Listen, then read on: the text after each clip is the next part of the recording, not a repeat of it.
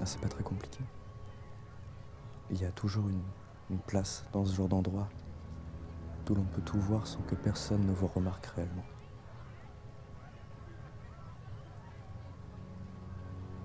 Ne pas attirer l'attention, c'est un art du camouflage, en quelque sorte.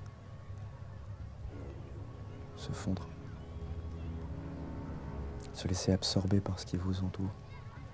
La moquette, les tableaux, les velours.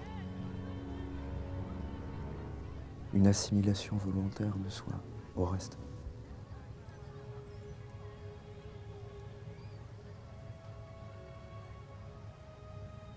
Je fais tout pour ne pas être vu de tout le monde, de n'importe qui dont le regard distrait s'arrêterait sur moi.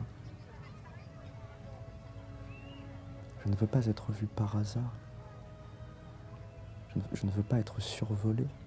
Je ne veux pas user mon image dans les yeux inattentifs et vides comme on use les œuvres d'un musée. Je veux être regardé.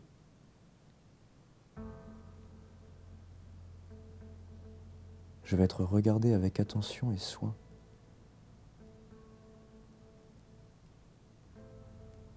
Je veux être déshabillé, décrypté et dérobé par les yeux criminels d'un regard persistant. D'un regard qui se tient, qui a la décence de s'arrêter avec intérêt, qui a la décence de s'arrêter avec désir sur sa proie.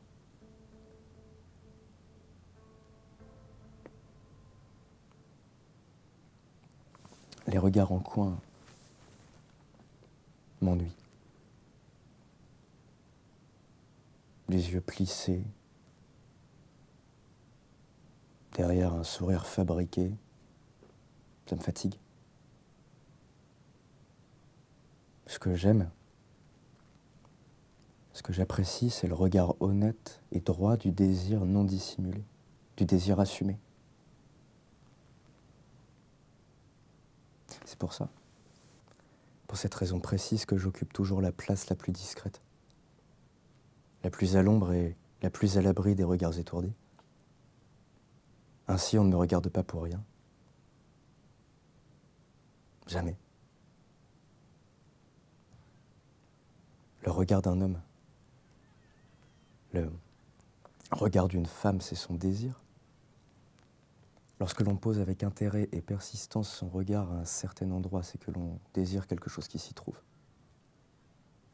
C'est que l'on porte un intérêt à quelque chose dans ce rayon, ce champ où notre regard s'est posé. Lorsque l'on pose son regard sur moi, je veux être sûr que c'est par désir, non par simple égarement. Je veux être dévoré par les yeux pleins du désir d'un prédateur aguerri.